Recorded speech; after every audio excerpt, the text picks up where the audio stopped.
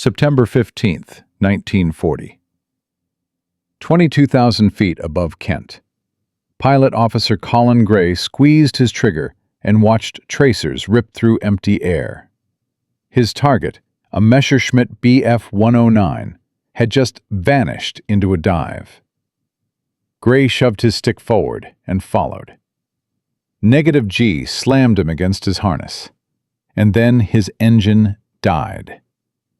1,030 horsepower, gone in a heartbeat. His Spitfire became a glider.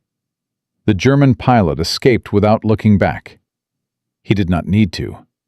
He knew the British could not follow. This was not bad luck. This was not pilot error. This was murder by design flaw.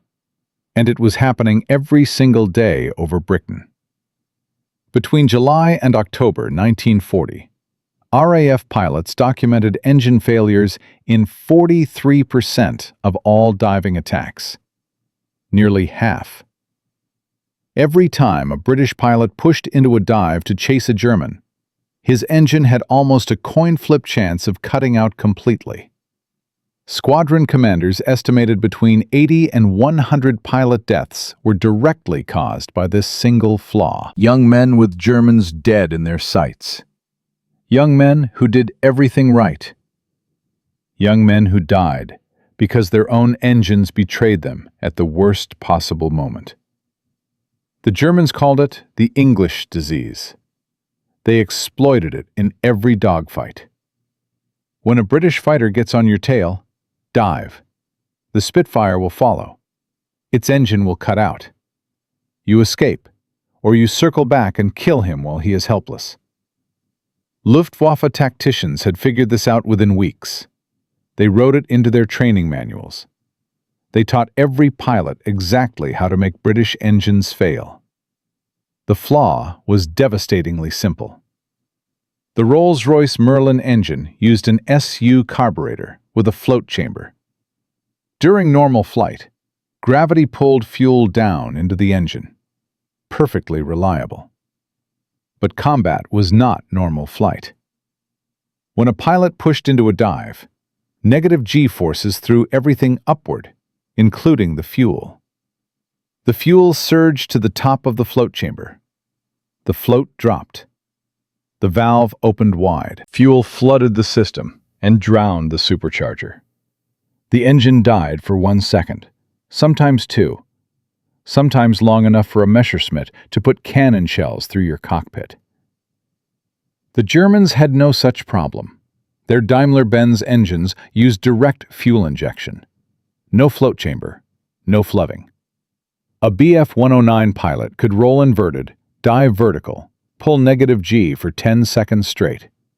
His engine never missed a single beat. Fighter Command knew about this problem. They had known since 1937. Engineers at the Royal Aircraft Establishment had written reports. They had filed recommendations. They had proposed modifications. Nothing happened. The Air Ministry had other priorities: production schedules, budget debates, arguments about whether the problem was really as serious as the engineers claimed. Then came the Battle of Britain. Then came the dying. 2,300 documented engine failures during the Battle of Britain alone. 2,300 moments when British pilots were completely helpless in the sky. 2,300 reports sitting in filing cabinets at the Air Ministry. Somewhere in that stack was the answer to why so many young men were not coming home. But finding the answer was not the problem. The problem was that nobody could fix it. Rolls-Royce was working on a solution: a pressure carburetor. Complete redesign of the fuel system. Estimated completion date was late 1943. The RAF could not wait 3 years. They were losing pilots faster than they could train replacements.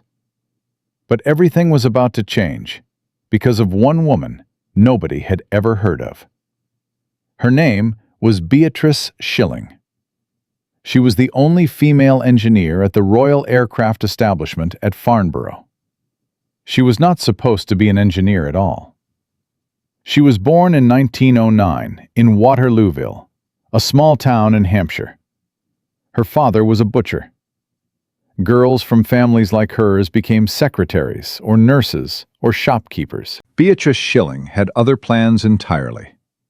At 14 years old, she bought a broken motorcycle with money saved from odd jobs. Her parents thought she wanted to ride it. She wanted to understand it. She stripped that engine down to its smallest components on her bedroom floor. She learned what each part did. She rebuilt it better than it was before. By 25, she was racing that same motorcycle at Brooklands at 106 miles per hour around the concrete banking. She earned the British Motorcycle Racing Club Gold Star, one of only 3 women in history to receive it. Racing taught her something that no textbook ever could: how engines behaved under stress, when they failed, why they failed, how to feel a problem before the gauges showed it. Now she was the RAF's carburetor specialist, and their carburetors were killing pilots by the dozen. The file landed on her desk in November 1940. Combat reports, maintenance logs, interviews with pilots who had survived engine failures. She understood the problem within a week. The solution came to her in January 1941. Simple physics. If the problem was too much fuel during negative G, restrict the fuel flow. Not completely, just enough to prevent flooding. The engine would still get what it needed, just not enough to drown. A brass disc with a hole in the center. Install it in the fuel line before the carburetor. Size the hole to allow exactly enough fuel for maximum power and nothing more. She machined the first prototype herself in her laboratory. She tested 17 different hole sizes. She ran simulations for 6 weeks straight. The optimal diameter was 0.04 inches, smaller than a pencil tip. A brass washer that cost less than £1 to manufacture. Bench tests were perfect. Engine cutouts dropped from 2 seconds to a fraction of a heartbeat. Too brief to matter in combat. But bench tests were not combat. Schilling needed to test her device in an actual dogfight, and this is where everything became dangerous. Installing unauthorized modifications on RAF aircraft was a court-martial offense. The Air Ministry required 6 months of testing, review committees, safety certifications, paperwork that would take longer to complete than pilots had left to live. Schilling had 6 brass restrictors and a decision to make. She could wait for authorization, follow procedure, do everything by the book while more young men died. Or she could break every rule in the Air Ministry and save lives now. On March 17, 1941, she loaded her Norton motorcycle with tools and restrictors. She rode 40 miles through the English countryside to RAF Biggin Hill. The morning patrols were being prepared. Ground crews swarmed over Spitfires and Hurricanes. Schilling found the chief mechanic, a sergeant named Harris, who had been maintaining Merlin engines for 16 years. She showed him the brass disc. She explained the physics. She told him she needed to install it in an aircraft without authorization, without paperwork, without anyone in command knowing.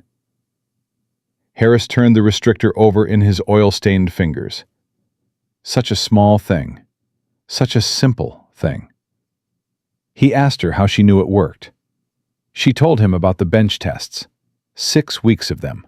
Perfect results every time. He said bench tests are not combat. She said she knew. That was why she was here. Harris looked at the Spitfires on the flight line. Young pilots climbing into cockpits. Young men who trusted their engines to keep them alive. He spoke quietly. He told her he had lost 11 pilots to engine cutouts. 11 good men. Peterson, Williams, that Scottish lad MacLeod who could not have been more than 20 years old. He looked at Schilling. He looked at the restrictor in his hand. He said, if this thing works, he did not care if the king himself had not authorized it. He picked up his welding kit and walked toward the nearest Spitfire. Flight Lieutenant Al Deere was one of the most experienced pilots in Fighter Command. New Zealander, 54 combat missions, 7 confirmed kills. He had been shot down twice. He had survived a mid-air collision.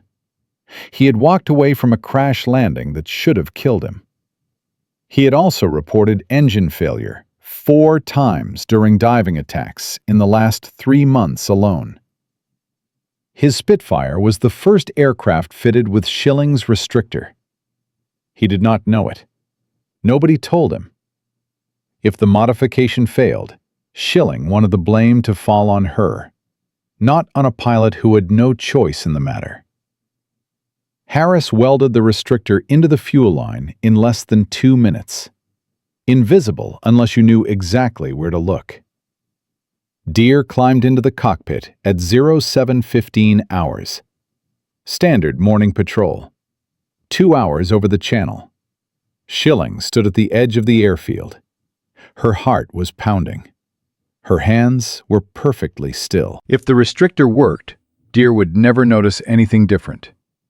If it failed, if it starved the engine, if the weld cracked, if the hole was the wrong size, Deere would fall out of the sky, and Schilling would spend the rest of her life knowing she had killed him.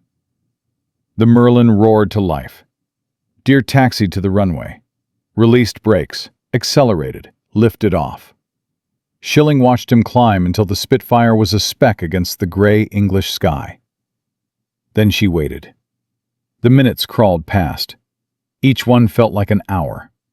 She paced the edge of the airfield. She checked her watch obsessively. She calculated fuel consumption in her head. 2 hours and 17 minutes later, Deere's Spitfire appeared over the airfield. 1 aircraft, no smoke, no damage. He landed smoothly, taxied to dispersal, cut his engine, climbed out of the cockpit. He was grinning.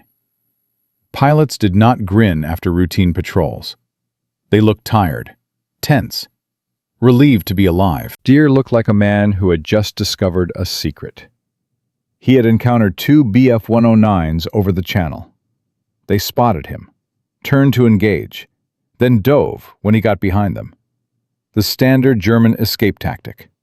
The dive that should have killed his engine. Deere had followed, full negative G, stick pushed forward. The Merlin never stuttered. Full power through the entire maneuver. He had closed to 150 yards before the German pilots realized something was terribly wrong. He hit one of them, watched pieces fly off the tail. The German limped toward France, trailing smoke. First confirmed damage Deere had scored in a diving attack since August. He said he did not know what maintenance did to his aircraft, but he wanted it done to every Spitfire in the squadron. Harris looked at Schilling. Schilling looked at the ground. Harris said he thought that could be arranged. Word spread through Fighter Command like wildfire. Biggin Hill installed restrictors in every aircraft within 48 hours. Pilots reported flawless engine performance. Diving attacks that would have ended in failure now ended in kills. Squadron commanders from Hornchurch called, from Kenley, from Tangmere and North Weald and Manston. What did Biggin Hill do to their engines, and how could they get it? The Air Ministry found out within a week. Schilling expected fury. She expected court-martial threats. She expected her career to end. Instead, she got a phone call from Air Vice Marshal Keith Park, commander of 11 Group, the man responsible for every fighter squadron defending London and southeast England. He told her he had just read the combat reports from Biggin Hill. He asked her how fast she could install this device in every aircraft in Fighter Command. She did the math. 43 stations, 3,000 engines. 6 weeks if she trained installation teams at each base. Maybe 5 if Rolls-Royce could manufacture the restrictors fast enough. Park told her she had 4 weeks. He would handle the authorization. She would handle the installation.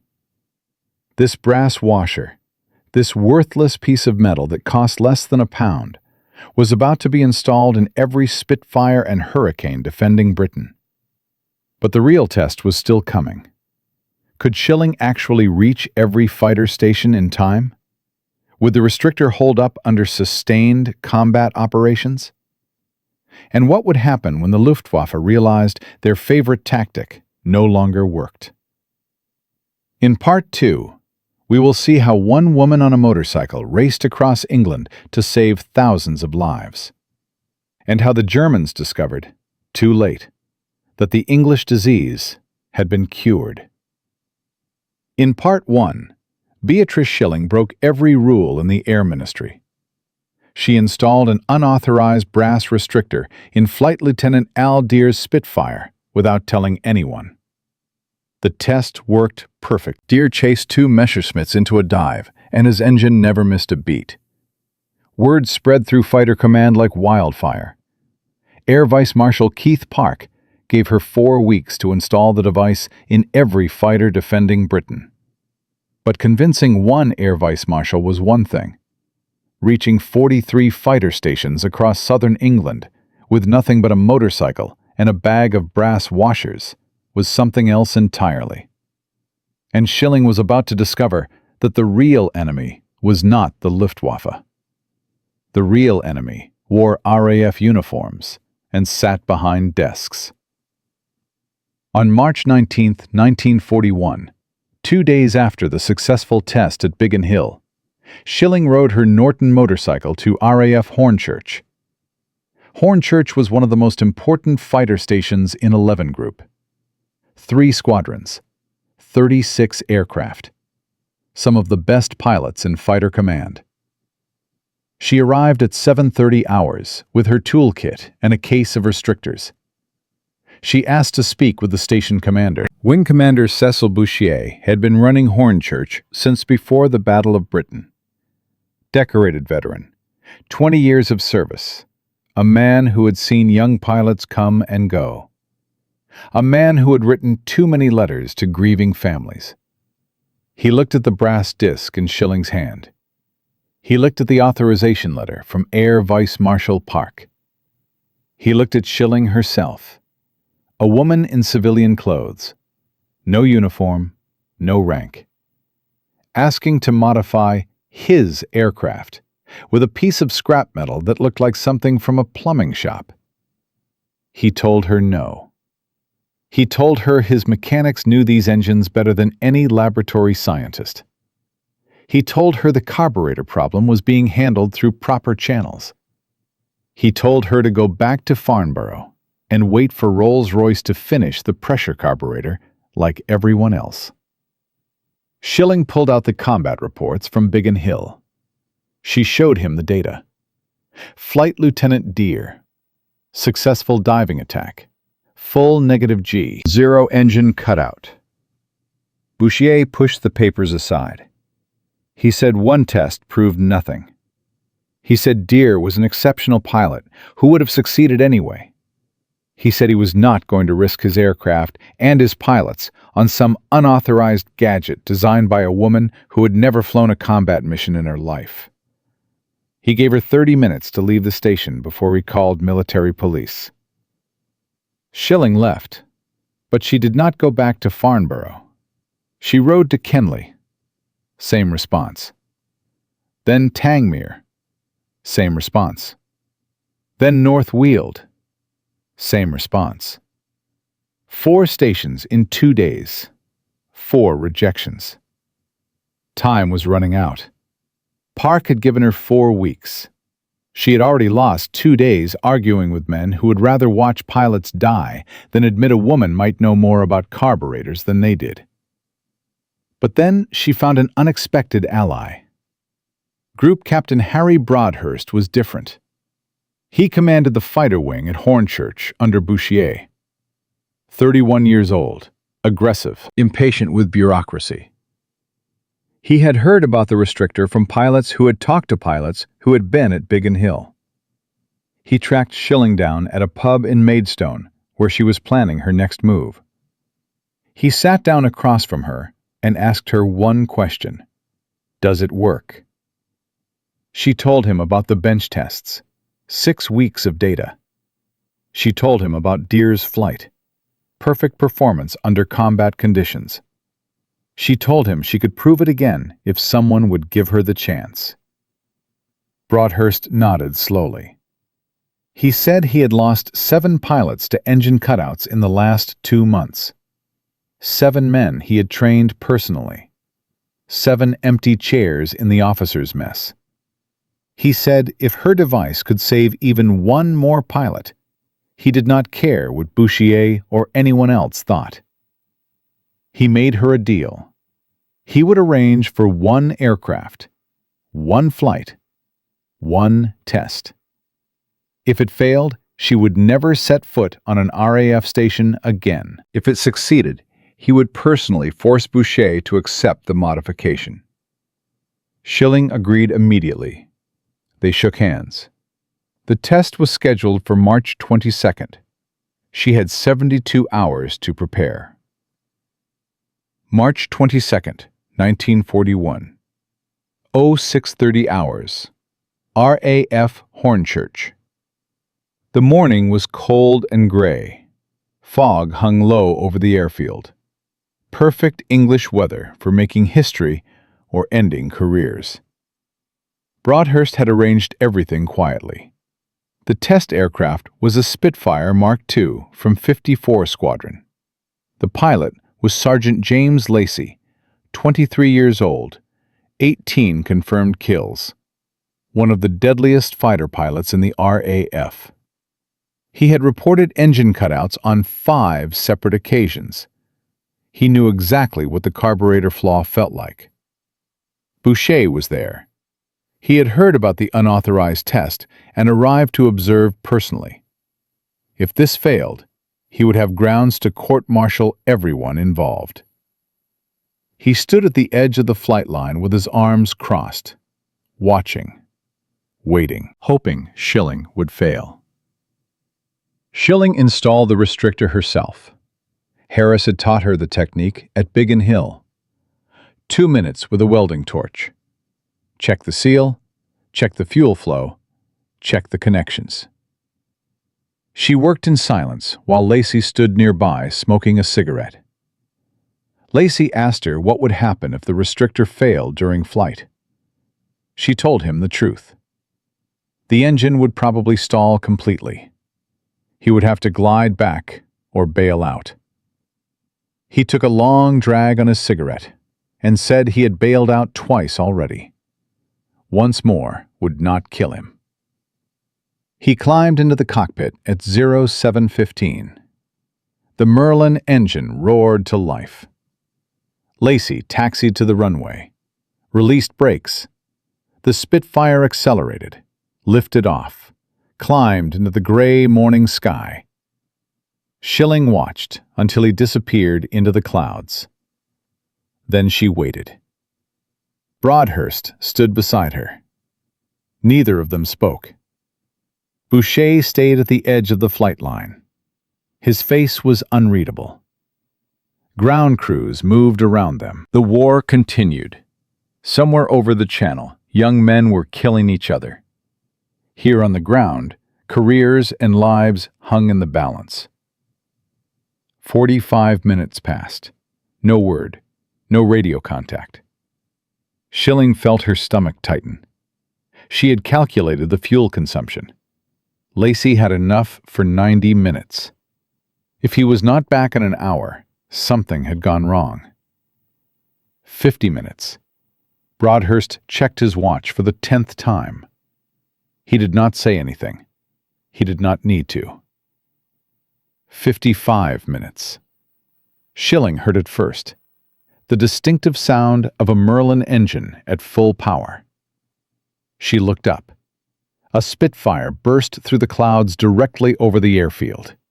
Coming in fast. Coming in low. Lacey pulled into a steep climb, then pushed over into a dive. -G, the maneuver that killed engines. The Merlin screamed, full power. No hesitation, no stutter. Lacey pulled out of the dive at 500 feet, rolled inverted, pulled -G again. The engine never missed a beat. He rolled upright and climbed back to 2,000 feet, then dove again, 3 times, 4 times, 5 times. Each dive more aggressive than the last. Each time, the engine performed flawlessly.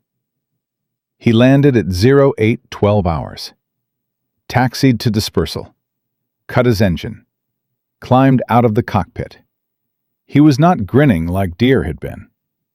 His face was something else entirely. Relief, disbelief, joy. He walked straight to Schilling and grabbed her hand with both of his. He told her he had found 3 BF-109s over the channel. He had chased one into a dive. Full -G for 6 seconds. 6 seconds. His engine had run perfectly the entire time. He had hit the German with a 2-second burst, watched him spiral into the sea. His first kill in a diving attack since September. He said he had not believed it was possible. He said he had forgotten what it felt like to trust his own aircraft. He said she had given him his confidence back. Boucher walked over. His arms were no longer crossed. His face was no longer hostile. He looked at the brass restrictor visible in the fuel line. He looked at Lacey. He looked at Schilling. He asked her how many restrictors she had with her. She told him she had 32, enough for almost every aircraft at Hornchurch. Boucher nodded once. He told her to get them installed before the afternoon patrol. He turned and walked away without another word. Broadhurst grinned at Schilling. She did not smile back. There was no time to celebrate. She had proven the restrictor worked. Now she had to install it in 3,000 engines across 43 stations in less than 4 weeks. She assembled a team. 3 engineers from Farnborough who volunteered to help. She mapped out the fighter stations of southern England and plotted the most efficient route. Start with the frontline squadrons closest to the action. Work outward from there. Hit the busiest stations first.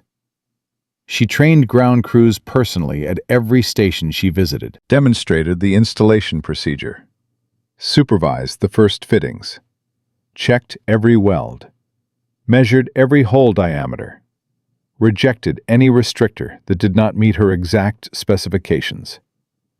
She slept in hangars when there was time to sleep. She ate sandwiches on her motorcycle when there was not. She rode through spring rain and occasional German bombs. Some stations still resisted. At RAF Manston, a squadron leader refused to let her touch his aircraft until his own mechanics had examined the restrictor for 2 hours. At RAF Gravesend, a flight commander demanded to speak with Rolls-Royce directly before authorizing any modifications. Schilling showed them the combat data. Biggin Hill, Hornchurch, Kenley, station after station reporting the same results. Engine cutouts dropping from 40% to less than 1%. Kills increasing. Pilots surviving. The data was undeniable. By April 10th, half of Fighter Command had been equipped. Pilots who had hesitated to commit to dives were now pressing their attacks without a second thought. Squadron kill ratios were climbing. The Germans were beginning to notice that something had changed. Luftwaffe intelligence filed a report in mid-April. British fighters were no longer breaking off diving attacks. The tactical advantage they had exploited for 9 months had suddenly vanished. They did not know why. They did not know about a woman on a motorcycle racing across England with brass washers in her saddlebags. On April 20th, 1941, Exactly 4 weeks after Park gave her the deadline, Schilling installed the final restrictor in the final Spitfire at RAF Hawkinge. 2,847 Merlin engines, 43 stations, 4 weeks of non-stop work. The device needed an official name. The Royal Aircraft Establishment called it the RAE restrictor. The pilots called it something else entirely. Sir Stanley Hooker, chief engineer at Rolls-Royce, visited Biggin Hill to examine the modification. He studied it for several minutes. Then he laughed and gave it the nickname that would stick forever: Miss Schilling's Orifice. Crude RAF humor. Schilling did not mind. If a dirty joke helped pilots remember who had saved them, she would take it. The results were immediate. March 1941, before widespread installation. Engine cutouts in 41% of diving attacks. Kill-to-loss ratio of 1.4 to 1. 51 British fighters lost. 73 German aircraft destroyed. April 1941, after installation. Engine cutouts in 0.3% of diving attacks. Kill-to-loss ratio of 3.1 to 1. 27 British fighters lost. 84 German aircraft destroyed. The transformation was measurable and undeniable. But as word spread through the ranks, as more pilots survived diving attacks that would have killed them a month earlier, a new problem emerged. The Germans were not stupid. Luftwaffe tacticians had noticed the change in British behavior. They filed reports. They analyzed data. They tried to understand why the English disease had suddenly been cured. In Part 3, we will see what happened when German intelligence finally discovered the truth about Miss Schilling's Orifice. And we will learn why the Luftwaffe's response would test Schilling's invention to its absolute limits. In Part 1, Beatrice Schilling broke every rule to install an unauthorized brass restrictor in a Spitfire. In Part 2, she fought against stubborn commanders, proved her device worked under combat conditions, and raced across England on her motorcycle to install restrictors in 2,847 Merlin engines. The results were undeniable. Engine cutouts dropped from 41% to less than 1%. Kill ratios tripled. Pilots who had feared their own engines were now hunting Germans without hesitation. But the Luftwaffe was not blind. German intelligence had noticed that British fighters were no longer breaking off diving attacks. The tactical advantage they had exploited for 9 months had suddenly vanished. And now they wanted to know why.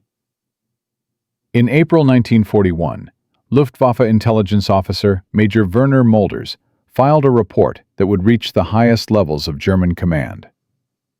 British fighters are no longer suffering engine failures during negative G maneuvers. Our standard evasion tactic is no longer effective.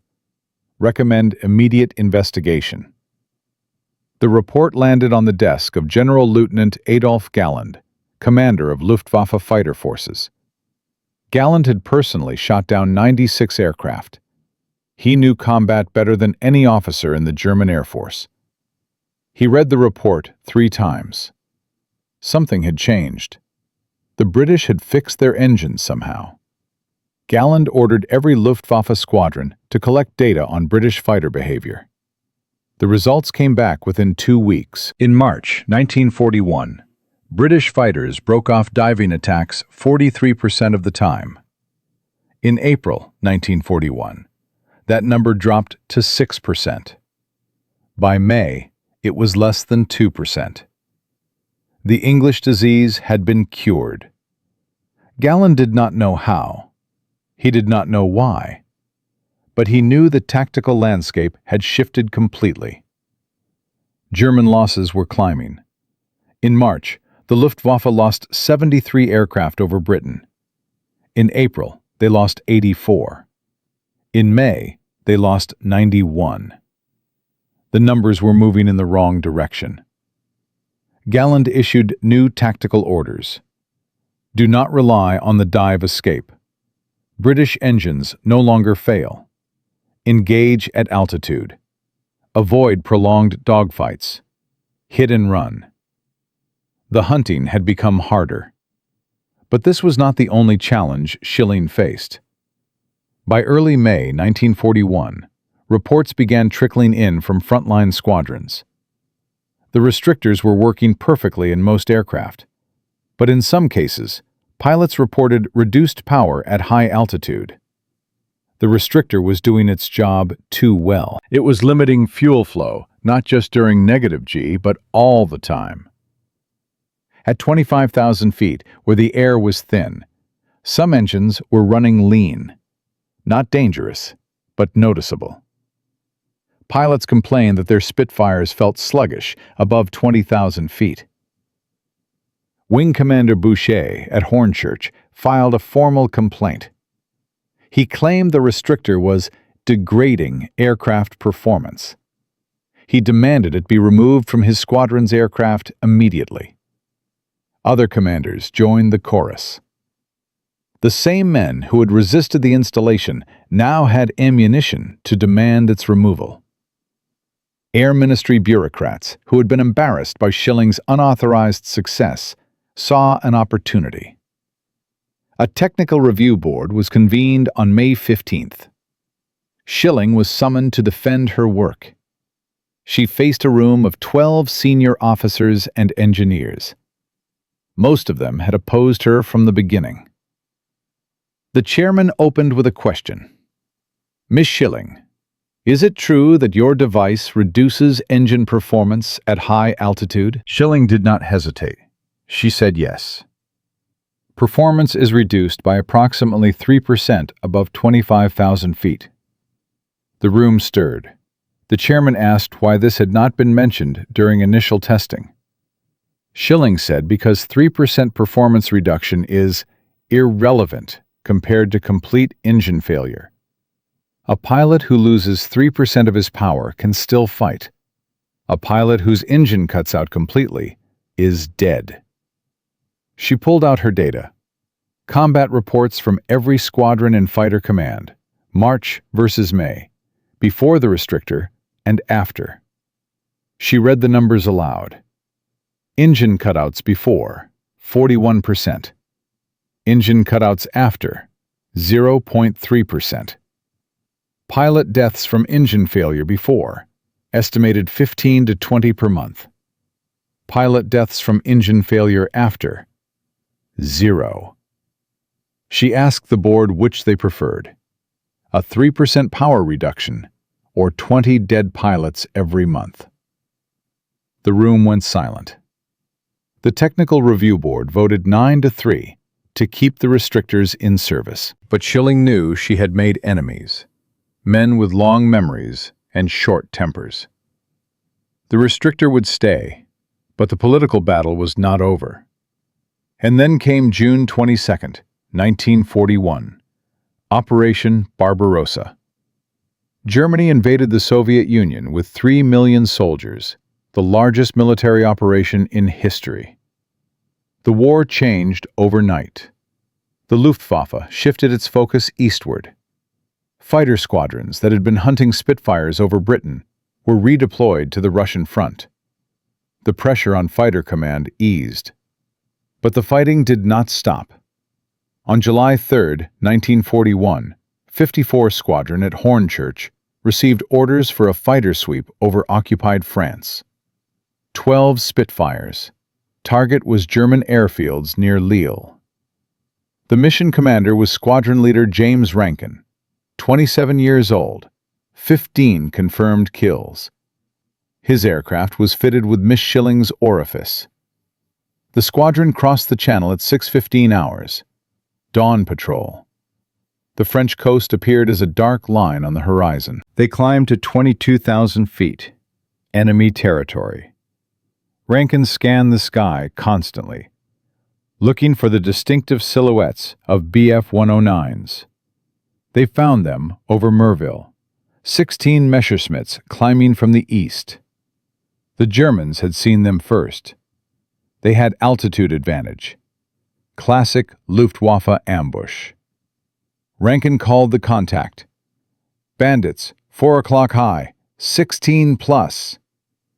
The battle began. The Germans dove, standard attack pattern, hit the British from above, used speed and gravity. The Spitfires broke formation, scattered, every pilot for himself. Rankin pulled into a hard right turn. A 109 flashed past his canopy, close enough to see the pilot's face. He reversed, got behind the German.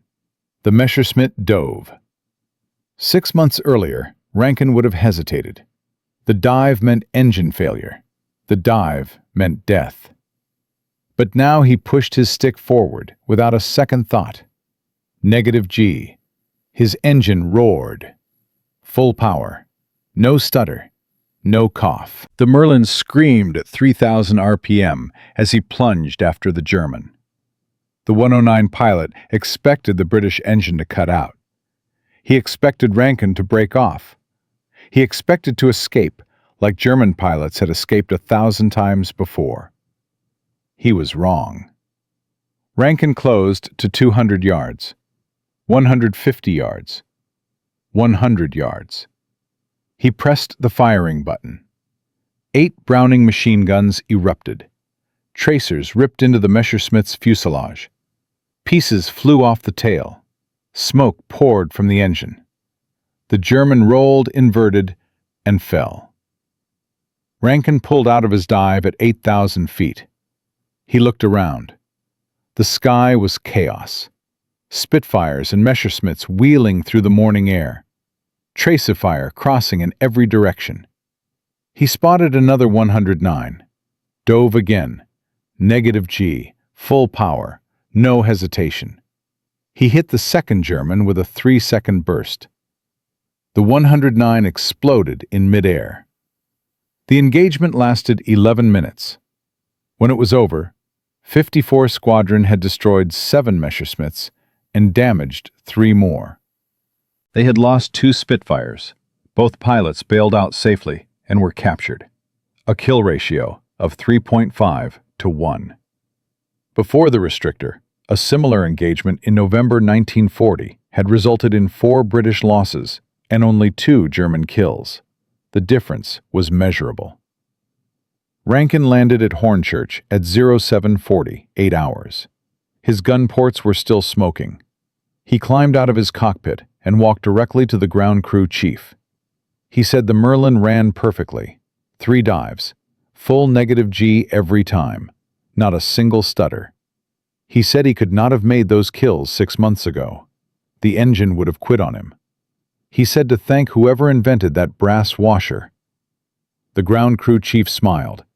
He told Rankin he would pass the message along. News of the engagement spread through Fighter Command within hours. 54 Squadron's success was not unique. Similar reports were coming in from every station. Pilots were taking shots they never would have attempted before. They were chasing Germans into dives and coming out on top. The psychology of aerial combat had fundamentally changed. Before the restrictor, RAF pilots fought defensively. They were afraid of their own engines. They hesitated in the crucial moments that determined life and death. After the restrictor, they fought like predators, aggressive, confident, relentless. Squadron leader Douglas Bader wrote in his combat diary that month, "The restrictor has changed everything. We no longer think about our engines. We think about killing Germans. That is the difference between winning and losing." Flying Officer Johnny Johnson, who would become the RAF's top-scoring ace by war's end, recorded his thoughts years later. "The older pilots told me about the engine failures when I started flying combat. They said you had to be careful. By the time I flew my first mission, the problem was solved. I never experienced a single cutout." Miss Schilling saved my life before I even knew I needed saving. The Luftwaffe felt the change acutely. German pilot losses over the Channel increased by 34% between April and August 1941.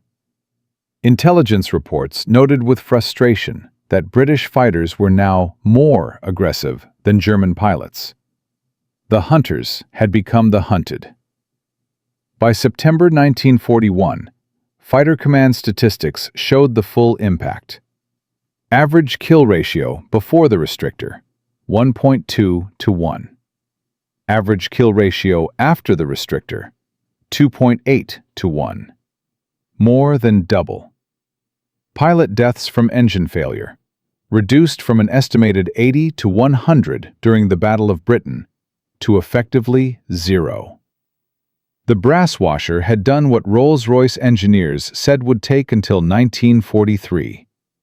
Air Vice Marshal Keith Park recommended Schilling for official recognition. The recommendation passed through channels. In December 1941, Beatrice Schilling received a commendation from the Air Ministry. Not a medal, not a promotion, a commendation. A piece of paper thanking her for her contribution to the war effort. The men who had opposed her received no reprimand. The men who had tried to remove her restrictor faced no consequences. The system protected its own. But the pilots knew. The ground crews knew. The men who flew and fought and died over the Channel knew exactly who would save them. They passed her name through the squadrons like a secret password. Miss Schilling, the woman who fixed our engines, the woman who gave us our confidence back. The restrictor remained in service throughout 1941 and 1942. It flew in Spitfires over Malta, over North Africa, over the Mediterranean. It flew in Hurricanes, defending the Arctic convoys to Russia. Everywhere the Merlin engine went, Miss Schilling's orifice went with it. In 1943, Rolls-Royce finally delivered the pressure carburetor, the proper engineering solution. Fuel injection principles. No flow chamber, no flooding. But converting existing aircraft took 8 hours per engine. Fighter Command could not ground its squadrons that long, so the restrictors stayed. Many aircraft flew with a brass washer until 1944, some until the end of the war. A temporary solution that lasted 4 years. But what happened to the woman who created it? What happened to Beatrice Schilling after the war? What legacy did she leave behind? And what can her story teach us about innovation and courage, and the price of breaking rules to save lives? In Part 4, we will explore the final chapter of this remarkable story, a chapter that almost nobody knows. In Part 1, Beatrice Schilling broke every rule in the Air Ministry to install an unauthorized brass restrictor in a Spitfire. In Part 2, she fought stubborn commanders and raced across England on her motorcycle to prove her device worked. In Part 3, we saw her invention transform aerial combat. Kill ratios doubled. Engine failures dropped to near zero. German pilots who had exploited the English disease for 9 months suddenly found themselves being hunted by aggressive British fighters who no longer feared their own engines. But what happened to the woman who saved thousands of lives with a brass washer that cost less than £1 to manufacture? What happened to Beatrice Schilling after the guns fell silent? The answer is both inspiring and heartbreaking. Because success in wartime does not always translate to recognition in peace. The war ended in May 1945. Beatrice Schilling was 36 years old. She had spent 4 years solving problems that killed pilots. The restrictor, cold start modifications for Spitfires in Russia, high-altitude performance improvements, supercharger efficiency. 17 major projects at Farnborough. Each one saved lives. Each one proved her genius. None of them made her famous outside the narrow world of aviation engineering. She never received a medal for the restrictor, no distinguished service order, no military cross, no recognition that matched the scale of what she had accomplished. In 1948, 3 years after the war ended, King George VI appointed her an Officer of the Order of the British Empire, a significant honor.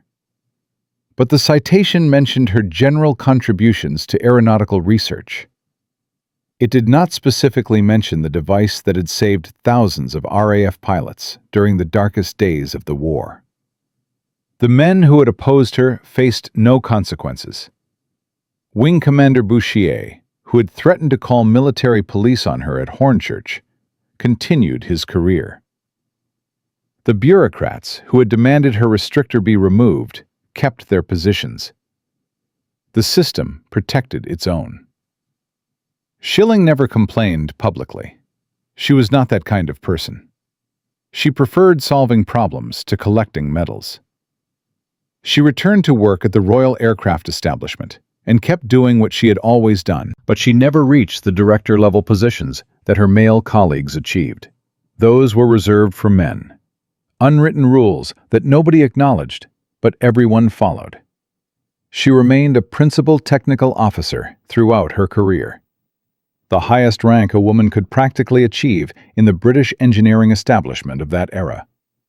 Her personal life brought happiness, where her professional life brought frustration. She had married George Naylor in 1938, a mathematician at Farnborough, who later flew bombers with 625 Squadron, 31 missions over Germany. Distinguished Flying Cross.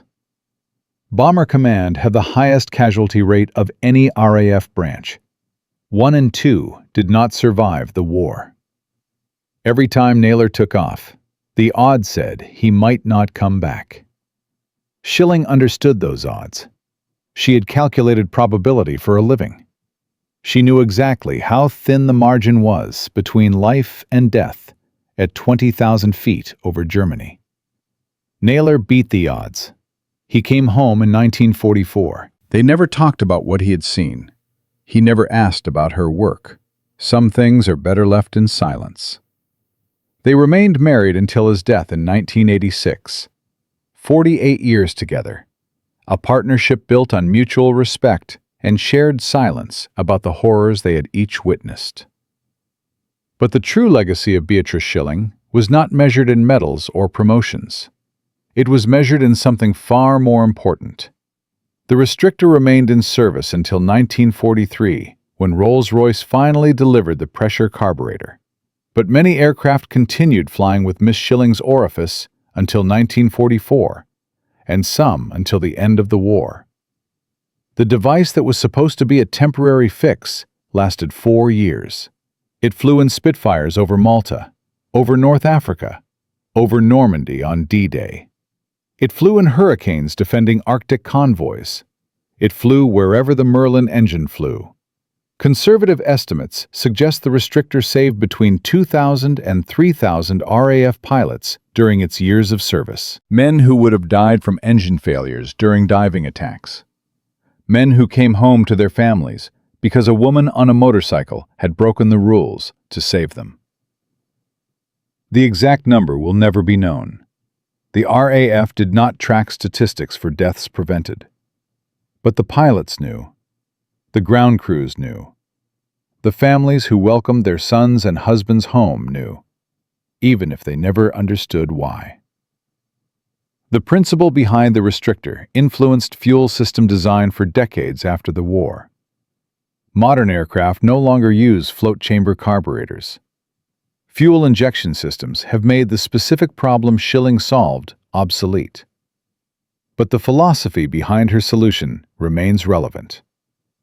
Simple fixes for complex problems. Rapid prototyping over endless paperwork. Testing in the field rather than waiting for laboratory perfection. After the war, Schilling continued working on problems that others could not solve. She developed wet runway braking systems in the 1950s. Landing accidents were killing more pilots than engine failures by then. She published 3 technical papers on how water affected tire friction. Dry physics that saved wet landings. She helped design a bobsled for the RAF Olympic team. Strange project for an aeronautical engineer. But bobsled design involved the same principles she had mastered: aerodynamics, weight distribution, friction management. The team used her design in competition. They did not win medals, but they did not crash either. In bobsledding, that counts as success. In 1967, she proved she had lost none of her skills. Dan Gurney's Eagle Mk1 Formula One car had an overheating problem that his team of engineers could not solve. Someone suggested calling the old lady who had fixed the Spitfires during the war. Schilling was 58 years old. She looked at the cooling system for 2 hours, asked questions, took measurements, made calculations. Then she found the solution. Engineers half her age with degrees from the best universities could not fix what she solved in an afternoon. She told the team it was the same as any other engine problem. You understand the physics, you find the simplest solution, you make it work. But the deepest lesson from Schilling's story is not about engineering. It is about courage and the price of breaking rules to save lives. In March 1941, Schilling faced a choice that most people never have to make. She could follow procedure, wait for authorization, file paperwork, attend committee meetings, do everything by the book, while young men died every day from a problem she knew how to fix. Or she could load her motorcycle with brass washers and fix the problem herself. Knowing that if she was wrong, she would be court-martialed. Knowing that if she failed, a pilot would die because of her. Knowing that even if she succeeded, the system might punish her for breaking its rules. She chose to act. She chose lives over procedure. She chose results over permission. History is filled with similar stories. People who broke rules to save lives. People who faced institutional resistance and pushed through anyway. In 1847, Ignaz Semmelweis proved that doctors washing their hands could prevent thousands of deaths from childbed fever. The medical establishment rejected his findings and destroyed his career. He died in an asylum at 47 years old, vindicated only decades later. In 1914, Garrett Morgan invented a smoke hood that saved firefighters' lives. White fire departments refused to buy it because Morgan was black. He had to hire a white actor to pretend to be the inventor. Simple innovation, institutional resistance, lives lost to prejudice and bureaucracy. Schilling was luckier than Semmelweis. Her success came fast enough to protect her career. But she understood the risks she was taking. She understood that institutions protect themselves first and save lives second. She pushed through anyway. And there is one final detail that almost nobody knows. In 2009, the Brooklands Museum in Surrey held an exhibition celebrating British aviation pioneers.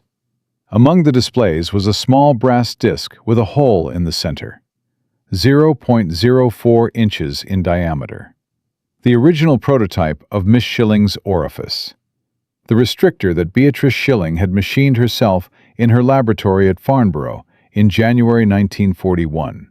The same restrictor that had been installed in Flight Lieutenant Al Deer's Spitfire on March 17th. The first one. The one that started everything. The museum had acquired it from Schilling's personal effects after her death in 1990. She had kept it all those years. In her desk drawer at Farnborough. In her home after retirement. A brass washer worth less than £1. A piece of scrap metal that had saved thousands of lives. She never talked about it. never showed it to visitors, never mentioned that she still had it. But she never threw it away, either. 50 years later, it was still there, sitting in a drawer, waiting to be remembered. The museum curator who discovered it said something that captures the essence of this story. He said, "Most people would have donated this to the Imperial War Museum immediately. They would have wanted recognition. They would have wanted their contribution remembered." Schilling kept it in a drawer. She did not care about being remembered. She cared about solving problems. That brass washer is still on display at Brooklands today. Visitors walk past it without stopping. They do not know what they are looking at. They do not know that this tiny piece of metal changed the Battle of Britain. They do not know that a woman on a motorcycle raced across England to install copies of it in 2,847 aircraft. They do not know that thousands of families exist today because Beatrice Schilling broke the rules 75 years ago. From a butcher's daughter who rebuilt motorcycles on her bedroom floor to the engineer who saved Fighter Command. From a brass washer that cost less than £1 to thousands of pilots who came home alive. Beatrice Schilling proved that the best solutions are often the simplest ones. That courage means acting when everyone else is waiting for permission. That one person with the right idea and the willingness to fight for it can change history. She never sought fame. She never demanded recognition. She solved problems. She saved lives. And then she went back to work. That is the true measure of a hero. If you know another story of forgotten innovation that changed history, let us know in the comments. This is just one of hundreds of ideas that seemed insane until they worked.